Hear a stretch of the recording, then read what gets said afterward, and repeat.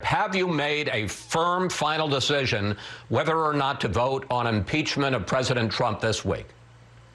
I think so. I think that will come probably Tuesday and maybe Wednesday, but it will happen this week. House Democrats plan to impeach President Donald Trump for a second time for high crimes and misdemeanors. This comes following a riot on the Capitol led by Trump's supporters on January 6th, where at least 5 people died, including a Capitol police officer. We're going to walk down Pennsylvania Avenue. I love Pennsylvania Avenue. And we're going to the Capitol. Trump encouraged the mob to march to the Capitol from a rally in front of the White House the same day. Maryland's Representative Jamie B. Raskin, California's Representative Ted Lieu, Rhode Island's Representative David Cicilline, and more drafted an impeachment resolution for incitement of insurrection. It had at least 195 co-sponsors as of January 10th. Minnesota's Representative Ilhan Omar also drafted articles on January 6th, hours after the Capitol siege. Members of Trump's own party have also spoken out. You'd vote to impeach. I think that, that's if I think it's an impeachable offense, that's exactly what I would do, George, but I'm not in there. I think the president did commit impeachable offenses. There's little doubt in my mind about that.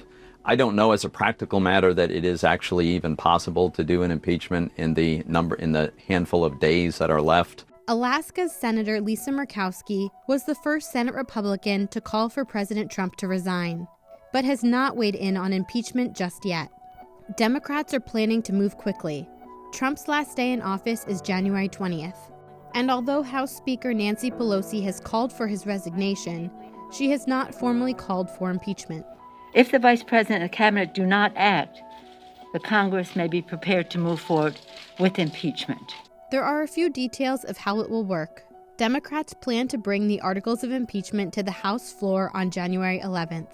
Those articles, which would likely pass in the House, would then move on to the Senate. That if it did go over there for 100 days, it could be, let's give President-elect Biden the 100 days he needs to get his agenda off and running, and maybe we'll send the articles sometimes after that. Senate Majority Leader Mitch McConnell outlined how a potential Senate trial would work. He noted that the earliest date the Senate would begin acting is January 19th. One day before President-elect Joe Biden's inauguration.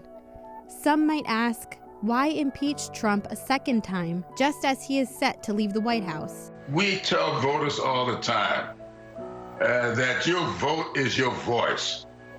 And I believe we have to practice the same thing. Our vote is our voice. And we want to voice disapproval of the actions taken by this president last Wednesday